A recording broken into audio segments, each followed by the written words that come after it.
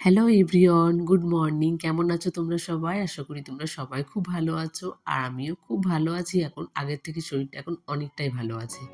তো আজকে দেখো বাপের বাড়িতে সারাদিন আমাদের কিভাবে কাটে মাম্মামের আর আমার। তো আজকে তোমাদের সঙ্গে সেটাই শেয়ার করব। তো এখনো আমরা ঘুম থেকে উঠিনি। তো মাম্মাম আর আমি এখন ঘুম থেকে উঠছি। মাম্মাম তো কিছুতেই ঘুম থেকে উঠতে ওঠো চাইছে না ওঠো কিন্তু ওকে সোনা, সকাল হয়ে গেছে। বলো। না না না না বলছে না। ওঠো ওঠো ওঠো সোনা, পাখিরা গান গাইছে।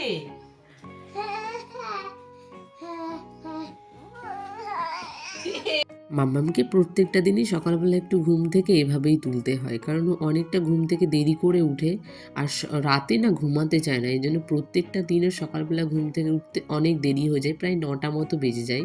তো আমি ওই তুলে দেওয়ার সময় একটু ওর কষ্ট হয়, সবারই হয়। আমরা ঘুম থেকে যখন উঠি আমাদের একটু মন চায় না যে আমরা ঘুম থেকে উঠি। তো ঘুম থেকে উঠে মাম্মামকে ফ্রেশ করিয়ে দিয়ে তারপর আমি একটু চা খেয়ে নিলাম। তারপরে হচ্ছে বিছানায় ঘুমিয়েছিলাম, সেই বিছানাটা একটু ক্লিনিং করতে হবে। আর একটু ভেবেছি আজকে ছাদে দিয়ে আসবো জামাকাপড়গুলো, ব্ল্যাঙ্কেটগুলো সব কিছুই। তো এই শীতের মধ্যে না একটু ভেজা, ভেজা লাগে। আর তারপরে তো আমাদের ঘরটা একেবারে প্রচুর ঠান্ডা। তো সেই জায়গায় আরও বেশি সবকিছু মনে হয় ঠান্ডা, ঠান্ডা। তো আসার পরে একদিনও রোদে দিইনি। তো আমি ভাবলাম যে চলো আজকে আমি একটু রোদে দিই, তাহলে যেহেতু আমরাই ঘুমাই তো আমাদেরও একটু ভালো লাগবে। আর যেহেতু মাম্মামেরও প্রচুর ঠান্ডা লেগেছে, আমারও একটু প্রচুর ঠান্ডা লেগেছে। তো সেভাবে আমরা রোদেই সারাদিন বসে থাকি, কিন্তু জামা কাপড়গুলো কিংবা যেগুলো ঘুমায় সেগুলো কিন্তু দেওয়া হয় না। তো আজকে ভেবেইছিলাম, মানে আগের দিনই ভেবে রেখেছিলাম যে সকালবেলা ঘুম থেকে উঠে যে কাজগুলো আছে, মানে ভেবে রেখেছি সেই কাজগুলো কিন্তু করব। বাড়িতেও সেই প্ল্যান মতোই আমি কাজগুলো করি, কিন্তু বাপের বাড়িতে আসলেও না একটু তো সব এখন ওই লেপ কাঁথাগুলো দেওয়া হয়ে গেছে, তো বাইরে বিছানা চাদরটা এখন নিচে আছে, তো বিছানাটা তুলে এনে আর একটু দিয়ে দেবো। আর দেখো সোয়েটার পরেছিলাম, কখন বুঝতেই পারিনি যে নাইটিটা ছিঁড়ে গেছে দুই দিকই, মানে কখন টান পড়েছে তারপর ছিঁড়ে গেছে।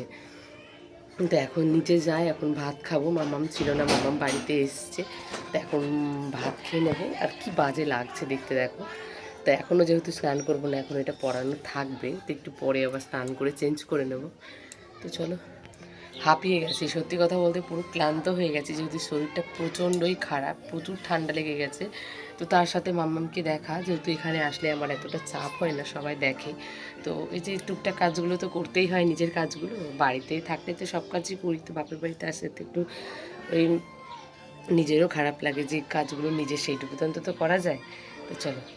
বাবার বাড়িতে আসলে আমার মতো কে, কে একটু অলস হয়ে যায় তোমরা অবশ্যই কমেন্টে জানিয়ে তো। আমি তো প্রচুর অলস হয়ে যাই। মনে হয় কোনো কাজ করতে ইচ্ছে করে না। আর যা কিছুই করি মনে হয় অনেক সময় লাগে। আর বসে থেকে সবার সাথে গল্প করতে, করতে কিন্তু আমার হাফেরও বেশি সময় চলে যায়। মাম্মামকে তো আমি খাওয়াই না, ঘুমও পাড়াই না। সবকিছু কিন্তু মাই দেখাশোনা করে। তার সাথে কিন্তু আমার স্নানটাও অনেকটা দেরি হয়ে যায়। ওই যে বললাম না বাপের বাড়িতে আসলে সবার সাথে দেখা হয়, কথা বলতে, বলতে কখন যে দিনগুলো কেটে যায়, সময়গুলো কেটে যায় না সত্যি গো বোঝাই যায় না। তো আমি এখন স্নান করে এসে গেছি। স্নান করে এসে একটু রোদে বসেছি যে চুলটা শুকিয়ে যাবে। আর আমার একটা জায়গা যাওয়ার আছে, এইজন্য একেবারে রেডি হয়ে গেছি। তাই ছাদে বসে চুলটা শুকিয়ে নিই। মা বলল আমাকে একটু সন্ধ্যেবেলা সন্ধ্যে দিয়ে দিতে, তো আমি একটু সন্ধ্যেটা লাগিয়ে দিচ্ছি।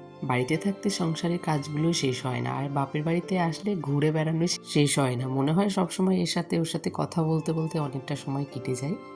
আর আজকে হচ্ছে আমাদের বাড়ির সবার একটা বিশেষ দিন, যেহেতু বাড়ির বউরাই তো হয় বাড়ির লক্ষ্মী। তো আমরা মেয়েরা যখন ছিলাম তখন একটু লক্ষ্মী ছিল, কিন্তু আমরা এখন মেয়ে হয়ে অন্য বাড়িতে চলে গেছি বউ হয়ে। তো যে বাড়িতে এখন আমরা মেয়ে হয়েছিলাম সেই বাড়িতে কিন্তু আরও একজন বউ এসেছে, তো সেই বউ তো কিন্তু এখন বাড়ির লক্ষ্মী। আর এখানে দেখো আমাদের বাড়িতে আজকে নতুন একটা অতিথি এসেছে, মানে নতুন একটা বাড়ির সদস্য বলতে পারো। তো এখানে পাখিটা ভাই নিয়ে এসেছে, টিয়া পাখি। আজকে কিনে নিয়ে এসেছে। তো আনার পরে যেটা ব্যাগে ছিল, খাঁচাটা তো আনা হয়নি, তাই ব্যাগের মধ্যেই রেখেছিল। তো ব্যাগ থেকে বেরিয়ে পড়েছে পাখিটা। তো পাখিটা উড়ে একটা ওই লাইটের ওপরে বসেছিল। তো সবাই মিলে আবার আবার তাড়াহুড়ো করে ধরে ওটাকে আবার ব্যাগের মধ্যে রাখলাম। দেখে খুব কষ্টও লাগে, মায়াও লাগে। কিন্তু এরা কী বলো তো, এভাবেই তো সবাই মানে পোষ মানায়। বাড়িতে এক একজনের এক এক রকমের শখ ইচ্ছে বলতে পারো। কারোর আবার কুকুর পোষার শখ থাকে, কারো আবার মাছ, কারোর পাখি। যেমন মানুষের রুচি অন্যরকম, তাও কিন্তু সবার পছন্দ কিন্তু অন্য রকমের হয়। তো ভাইয়ের ইচ্ছে টিয়া পাখি রাখবে, ভাই বাবা দুজনেরই ইচ্ছে। তো বাবার ইচ্ছে ছিল কথা বলা টিয়া পাখিগুলো রাখবে, তো সেগুলো তো অনেক দাম, তাই এগুলো কিনতে পারিনি, তো এগুলো নিয়ে এসছে। তো বাবাও ভীষণ খুশি হয়েছে। তো আজকে বিশেষ দিনটা বলি, আজকে হচ্ছে আমার ভাইয়ের বউ, তার আজকে হচ্ছে জন্মদিন। তো সেই উপলক্ষে বাড়িতে কয়েকজনকে ডেকেছে, তার বাপের বাড়ির কিছু লোক, আর আমরা কয়েকজন মিলে বার্থডেটা সেলিব্রেশন করব। তো এখানে সবাই দেখো আমি রান্না করছি, চিকেন রান্না করছি, আর সবাই পাশে দাঁড়িয়ে আছে মানে খাওয়ার জন্য। আর চিকেন কি বলতো, একটু কষাটাই খেতে ভালো লাগে, ঝোলেরটা খুব একটা আমরা কেউ পছন্দ করি না, সবাই আমরা একটু কষাটা খেতেই ভালোবাসি। তো এখানে আমি মাংসটা কষাচ্ছিলাম, সবাই দাঁড়িয়েছিল খাবে বলে। তো সবাইকে দিয়ে ২-১ পিস করে খাওয়া হয়েছে। আর আমি অনেক দিন পরে এখন উনুনে রান্না করছি, তো বেশ ভালো লাগছে উনুনে রান্না করতে। তো রান্না-বান্না কমপ্লিট হয়ে গেছে রাতে, তারপরে একটু কেক কাটা celebration. Happy birthday to you, happy birthday to you, happy birthday dear Shantana, happy birthday to you. যা ও জানে তো। একটু করে ক্রিমটাই গেছে মুখে। আদিস না আর খাওয়া না বাবা, হ্যাঁ। আদিস না। মাম্মাম তো সবসময় বার্থডে করতে থাকে। ওর মামির আজকে বার্থডে দেখে মাম্মাম কিন্তু খুবই খুশি হয়েছে।